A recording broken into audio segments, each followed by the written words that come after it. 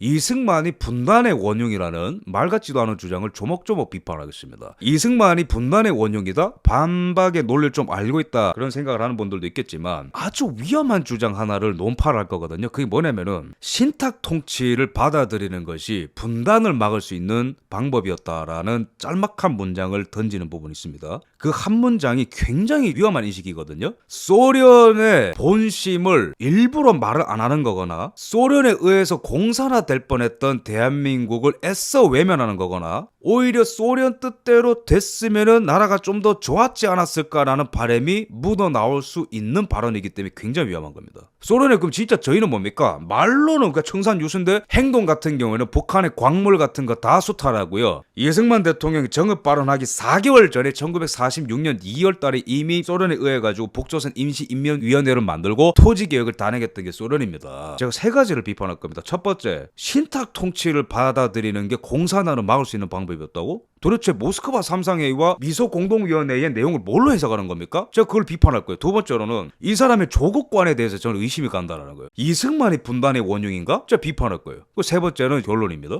해방 이후에 이승만은 실제로 혼자 미국에서 호의고시 가고 살았기 때문에 이거 다 아니라고 제가 반박했고 독립촉성위원회 독촉이라는 조직을 만들지만 임시정부를 이끌었던 김구의 한독당보다는 세력이 약하다. 그러나 김구는 국내에 있었던 친일 지주 세력 김성수나 송진호 등을 끊고 송진호는 나름대로 훌륭한 측면이 있지만 그들은 멀리합니다. 이게 무슨 말이냐면 마치 내가 이 땅의 짱이 되면 국내에서 친일했던 너희부터 혼낼 거야. 이렇게 반일로 아주 깨끗한 길을 걸었던 게 김구라면은 조직이 없었던 이승만은 한민당 친일 지주 자본가를 끌어놨다. 이게 김구와 이승만의 차이입니다. 아무 기반도 없었는데 돈 많은 친일 지주 계급을 끌어안아가지고 이런 더러운 행보를 걸었고 미국한테 사바사바 해가지고 대한민국의 대통령이 될 수 있었고 그래서 이승만의 힘이 세지는데 모스크바 삼국회의 이후에 좌우대립이 심해집니다. 그러나 미국과 소련은 그냥 신탁 통치하자. 신탁 통치하는 게 실은 한반도에서 분단을 막는 길이기도 했습니다. 그래서 미국과 소련은 신탁 통치하는 걸 전제로 미소공의를 열었죠. 미소공동위원회가 휴회되자 이승만이 전라북도 정읍에 가서 뭐라고 얘기합니까? 무기 휴회된 공의가 재개될 기색도 보이지 않으면 통일정부로 고대하나 잘 안되니까 남방만이라도 임시정부 또는 위원회 같은 걸 만들어서 38 이북에서 소련이 철퇴되도록 세계 공로에 호소해야 될 것이다. 김구 여운형 참 좋은 지도자들이 있었는데 이상한 그 미국에서 골로 먹던 인간 와가지고 친일 지주 계획을 끌어안고 미소공동위원회 이런 남북 통일을 추구하려는 시도가 있었는데 그거 한 번 안 됐다고 깽판 치고 정읍 발언해서 대한민국에서라도 정부 만들어보자 해가지고 우리가 분단된 거 아니냐 이런 얘기를 하는 거거든요. 역사 날조범입니다. 이승만이 한국에 들어오자마자 뭐라고 얘기했는 줄 아세요? 남북 분단이 있으면 안 되니까 소련이 빨리 나가야 된다. 좌우 합작을 위해서 뭘 만들었어요? 본인도 알고 있는데 독촉위원회 독촉의 성격이 뭡니까? 박헌영, 여운형, 김구 다 들어오라고. 왜 우리가 찢어지면 안 되니까. 이승만이 처음부터 분단을 획책했다는 식으로 사기치지 마세요. 이승만은 45년 해방 이전부터 처칠과 루즈벨트한테 편지를 보냈는데 그 내용이 뭐냐면 소련 아들이 들어오면은 남북이 분단되고 여기서 전쟁이 또 일어나기 때문에 얄타 회담, 포츠담 회담 이런 데에서 속지 말고 소련 애들 몰아내라고 수차례 편지를 썼었던 이유가 바로 분단을 막기 위해서 그런 거예요. 소련이 들어오고 난 뒤에도 남북 분단과 좌우 분열을 막기 위해서 그렇게 노력을 한 분이라고 그분이 45년 10월부터 12월까지. 그래서 여러분 어찌됐든 간에 우리 민족 지도자 중에 처음으로 정읍 발언했다. 민족 분단과 남한 단독 정부 수립이 이승만 때문이다라고 단정적으로 얘기합니다. 과연 그런가? 신탁 통치가 분단을 막는 길이었다고? 정확하게 박헌영의 논리입니다. 모스크바 삼상회의 이후에 신탁 통치를 찬성했었던 공산주의자들의 논리거든요. 분단을 막고 미군을 몰아내서 평등한 사회를 만들자. 이거는 모스크바 삼상회의와 소련의 목표를 의도적으로 생략했거나 아무것도 지금 모르고 있는 겁니다. 모스크바 삼상회의는 45년 8월 15일에 일제가 항복을 하고 유럽을 어떻게 할 건지 아시아를 어떻게 할 건지 그 중에 아주 조그마한 의제로서 한반도 문제가 대두가 되었죠. 거기서 말한 게 뭐냐면은 신탁 통치하자고. 근데 여기서 중요한 게 뭐냐면은 황교안 씨가 말을 안 하는 게 있는데 미국의 의견과 소련의 의견이 충돌했는데 소련의 의견이 이긴 게 있습니다. 이걸 아는 게 왜 중요하냐면은 여기에 한반도를 적화시키려는 소련의 야욕이 그대로 들어갔기 때문에 그런 거예요. 미국과 소련과 영국의 외무상이 얘기를 나눴는데 여기에 있어서 한반도 문제가 왜 대충 넘어가서 소련한테 쏠랑 넘어갔냐면 간단히 말하면 영국과 미국은 한반도에 그렇게 관심이 없어요. 마음대로 하라 이거야. 그냥 추상적으로 넘어가자 이거야. 다른 데가 지금 중요하니까. 이 모스크바 삼상회의에서 어떤 서로 간의 주장이 있었냐면은 제가 양동환 교수님의 글을 보고 요약을 한 겁니다. 미국 같은 경우에는 38선이 나눠진 지 얼마 안 됐어요. 4개월밖에 안 됐어요. 그래서 교통, 통신, 최신, 교역, 산업 등 남북의 행정을 통합을 해서 분단의 요소를 삭제하자. 일례로 그런 겁니다. 국경은 어떻게 할지 굉장히 중요한 부분이잖아요. 교통은 어떻게 할지, 철도를 연결시킬지, 일본이 갖고 있었던 국영기업은 어떻게 처리할지 이런 문제들인 겁니다. 행정이 통합이 되어 실제적인 얘기를 하는 거예요, 미국이. 그 다음에 신탁 통치, 미국과 영국과 중국과 소련의 최대 5년간의 신탁 통치를 거쳐서 자치 정보를 할 수 있겠다 싶은 정도의 민의가 무르익고 지도자가 있을 때 민주적으로 선거를 해서 통합 정보를 만들어주고 우리가 나가자. 이상적일지 몰라도 미국은 이러한 순서를 그렸던 거예요.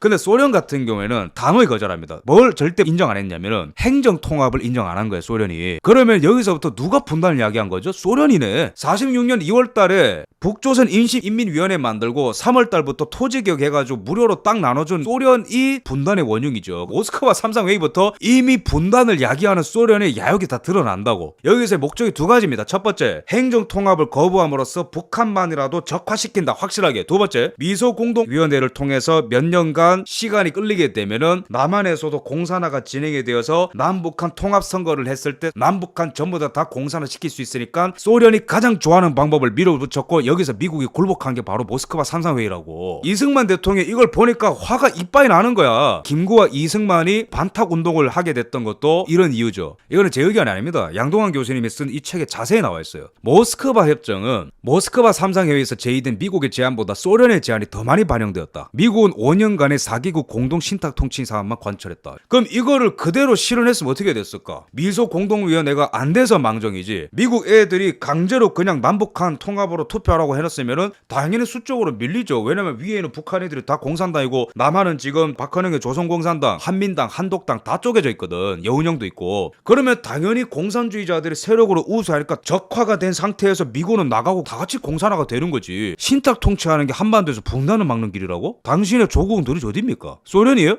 정확하게 역사가 그렇게 갈 뻔했잖아요. 미국도 48년 9월에 철수를 시작해서 49년 6월에 주한미군이 다 나가고 에치스 라인이 그어지고, 이게 우연입니까? 미국은 처음부터 추상적이었다는 거거든. 그에 반해 소련은 전체를 적화시키고자 하는 아주 날카로운 설계안을 갖고 있었고, 미국은 추상적이었는데 그게 분단을 막는 방법이었다고? 역사를 모르면 강의를 하지 마시고 토론에 응하거나 사과를 하라고, 빨리. 그래서 정읍 발언에 대한 반박보다 더 중요한 건 사실 이 파트입니다. 그럼 미소공동위원회가 왜 안 됐냐? 소련 같은 경우에는 이승만, 김구 빼라 계속 얘기했죠. 근데 이승만, 김구가 빠지면 어떻게 돼요? 소련 규탄했던 사람들 다 빠지네. 그럼 여기 뭐가 돼? 중도좌파 여운형, 악명 높은 박헌영 이거 합해가지고 선거하면은 여기 힘없는 김규식이가 잘도 이걸 막아서겠다. 황인필 선생님이 주장하는 거는 이거거든. 이거 여운형이 여기서 이길 수 있다고? No. 중도좌파인 사람이 당연히 흡수당하죠. 그러니까 박헌영이랑 찌들었다 흐트렸다 반복하지. 그 다음에 미국이 주장하는 유상몰수, 유상분배, 토지개혁, 시장경제, 여운형 그거 이끌 수 있습니까? 안 되죠. 싸먹히죠 여기. 에서 오른쪽 미소공동위원회에서 미국이 얘기했던 거는 극단주의자 박헌영은 절대로 참여 못한다. 공산주의자이기 때문에. 그래서 중도 좌파 우파인 김구식과 여운형을 놓고 다 합해가지고 민주적인 선거를 하자. 이게 미국이고, 서로 빼라는 사람들이 다르죠. 그죠? 그러니까 미소공동위원회가 안 되죠. 근데 이게 3년 동안에 일관되게 이러한 이유로 절대로 미소공동위원회가 안 된다고 주장했던 사람이 누굽니까? 이승만입니다. 결국에는 이승만이 옳았다라는 거를 3년 동안에 인정을 받으니까 45년 46년, 47년, 48년 여론조사를 하면 대통령 적합도 후보에서 다 1등을 하지, 이승만이. 미국도 결과적으로는 이승만을 인정할 수밖에 없고, 원래는 좌익적인 성향이 강했던 사람들도 이승만이라는 지도자가 있으니까 반공 지도자 중심으로 뭉쳐지면서 대한민국 건국이 되는 거거든. 그런 얘기 안 하죠? 황교필 쌤 아까 뭐라 했겠습니까? 아무런 기반이 없어가지고 친일 지주 기반 끼고 와가지고 어떻게 뭐랄까 뭐 힘이 세졌고 추상적으로 얘기하죠. 절대 아닙니다. 분단을 막을 수 있다고? 분단은 막겠죠. 적화된 상태로 통일되겠지. 적화된 상태로 분단은 막겠지. 근데 그게 무슨 의미가 있냐고, 이 사람아. 불이 난 집에 불을 끄러 들어간 소방수한테 욕을 하고 있는 거야, 황인필은. 국민방위군이건 한강다리 폭파 사건이건 나발이건 간에 다 비본질적인 논쟁이고, 먼저 본질적인 논쟁이 뭐냐 이거야. 누가 불을 질렀냐 이거야. 누가 분단을 회책했냐 이거야. 분단을 일으킨 소련을 규탄을 안 하니까 계속 이승만 욕을 하게 되는 거고, 전쟁을 일으킨 김일성에 대해서 책임 규명을 하지 않으니까 불을 끄러 들어간 소방수 욕을 하고 있는 거예요, 지금 황인필 세계관이. 우리 애들 여기서 빨리 구출해야 되는 겁니다. 있습니다. 야, 그건 너무 오버 아니냐? 38년부터 48년까지의 동유럽 지도입니다. 끔찍하죠, 그죠? 까만색 라인이 뭐냐면은 독일 애들이 2차 대전 할 때 여기까지 밀고 갔거든요. 근데 소련 애들이 이제 해방시켜준다고 독일 애들을 몰아내고 여기 위성 국가를 하나씩 추가합니다. 그래서 국경이 바뀌는 건데 여기 연한 핑크색이 중요해요. 여기 폴란드가 들어가 있죠. 로버트 올리버 박사의 책을 보면은 이승만 대통령이 연설하는 것 중에 뭐가 있냐면은 포국, 덕국 이런 얘기하거든요. 덕국이 독일을 얘기하는 겁니다. 포국이 폴란드를 얘기하는 거예요.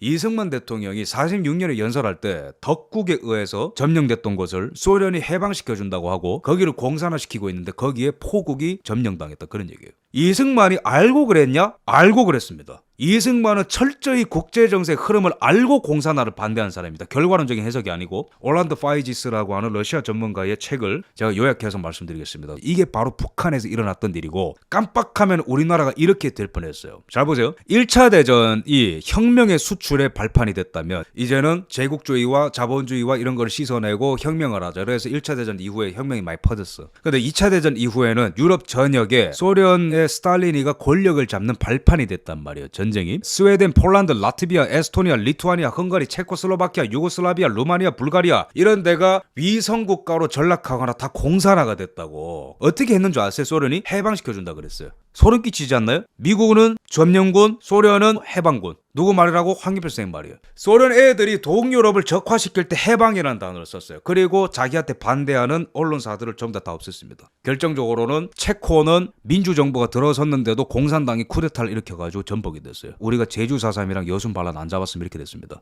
헝가리는요 부정선거를 해가지고 공산당의 1당 국가가 만들어졌어요. 2차 대전 이후에. 헝가리뿐만 아닙니까? 폴란드도 공산화가 됐는데 이때 미코 와이치크라고 하는 영국이 지원하는, 우리식으로 하면 미국이 지원하는 이승만 2차 대전 끝나고 폴란드에 돌아왔거든요. 적화 통일을 막지 못하고 쫓겨났습니다. 뭐 때문에? 부정선거 해가지고 공산당들이. 뭐냐면 첫 번째, 자발적으로 소련에 들어올 수 있는 나라들은 위성국가 만들어라. 말 안 들어? 쿠데타해. 기세에 밀릴 것 같아. 부정선거해. 그래서 우리나라도 48년에 선거할 때 그거 불안해가지고 유엔 선거위원단이 왔는데 인력이 모자라니까 전국에 20세 이상의 남성들이 향보단을 꾸려가지고 당시에는 선거사무소를 지키고 그랬거든. 공정선거 하자고 부정선거를 일으켰을지 누가 압니까? 좌우합작하자고 공산당 규탄했던 이승만 김구 빼자는 틀 안에서 좌우합작을 하는 연약한 김규식을 넣으면 어떻게 싸움이 되겠냐고. 동유럽도 다 넘어가는데. 이게 진짜 역사입니다. 이승만 대통령이 왜 위대한 지도자냐면은 이 적화의 흐름을 다 깨고 있었거든. 도미노처럼 쓰러지고 있구나. 그 다음에 북한이고 그 다음에는 여기까지겠다.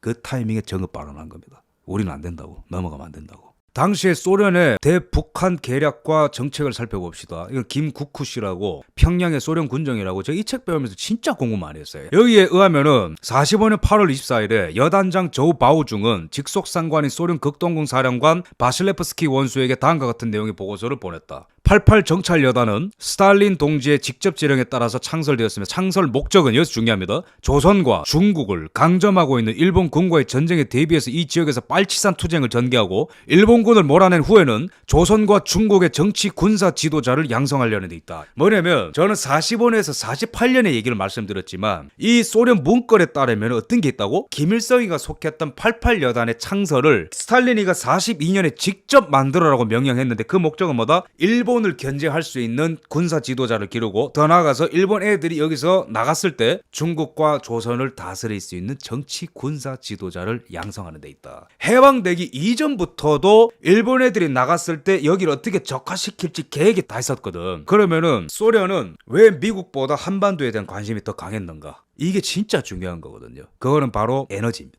모스크바와 김일성이라고 하는 일본의 학자가 쓴 책이 뭐라 됐냐? 석탄, 철, 납, 알루미늄 등이 채굴되었고 희소, 금속도 풍요로웠다. 부분적이지만 핵폭탄 제조에 필수적인 우라늄이나 그 원료인 모나자이트 획득 목적도 있었다. 당시 소련은 1947년 중앙아시아에서 우라늄이 발견되기까지 소련 국내의 자원이 한정되었기 때문이다. 47년부터 50년 6월까지 9천만 톤의 우라늄을 북한 선박이 소련으로 운반했다. 이 정도로 중요한데 소련이 민주적인 선거를 하도록 내버려 두겠다고? 꿈 깨십시오. 소설입니다. 더 끔찍한 거는 미국이 다 나가버리잖아. 48년부터 49년까지 다 나가버리거든. 그럼 이승만이 느꼈던 절체절명의 위기가 뭡니까? 소련은 에너지와 지정학적인 이익과 모든 것 때문에 북한을 잡아먹을 계략을 다 짰는데 미국이 정신 못 차리고 그 못 알아듣고 미소공동위원회를 하겠다 그러고 있고, 남한 같은 경우에는 박헌영이가 테러하고 돌아다니고 여운형이 정신 못 차리고 좌우 합작 뭐 이런 거 하고 돌아다니고 김규식도 그러고 있고. 근데 상황은 딱 보니까 동유럽은 다 공산화가 됐고 북한도 공산화된 게 빤히 보이고 토지개혁도 일어나고 드러나고. 근데 이런 상황에서 미국이 이승만 대통령을 47년에 뭐 감금시키고 그러잖아요. 그만 떠들어라고. 근데 이승만의 위대함이 뭐냐면은 그럼에도 불구하고 이런 모든 우겨싸임을 뚫어내고 우리는 소련을 절대로 믿으면 안 되고 미국은 정신 차려야 되고 우리는 반공 체제를 만들어야 된다고 전국적으로 떠들고 돌아다닌 사람이 이승만이기 때문에 대한민국의 적화를 막은 사람이 이승만입니다.